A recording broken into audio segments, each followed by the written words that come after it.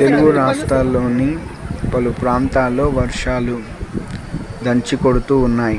అలాగే ఉమ్మడి మెదక్ జిల్లాలోని షోంపేట్ మండలం పోతులబగోడ గ్రామం వద్ద వెల్దుర్తి నుండి ఉసిరికపల్లి వెళ్ళే దారిపై పోతులబగోడ వద్ద అతి భారీ వర్షాల వల్ల రాత్రి దారి తెగిపోవడం జరిగింది.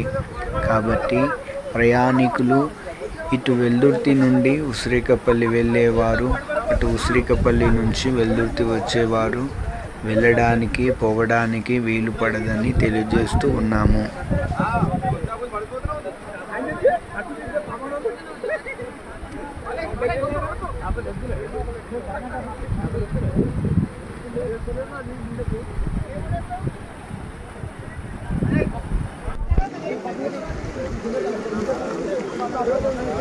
ఎందుకురా వీడియో మన వేరేటోళ్ళు తీసింది పెట్టుకోనికి రాదురా వస్తూనే అన్న లోకల్ బస్ నాయనా మంది తీసి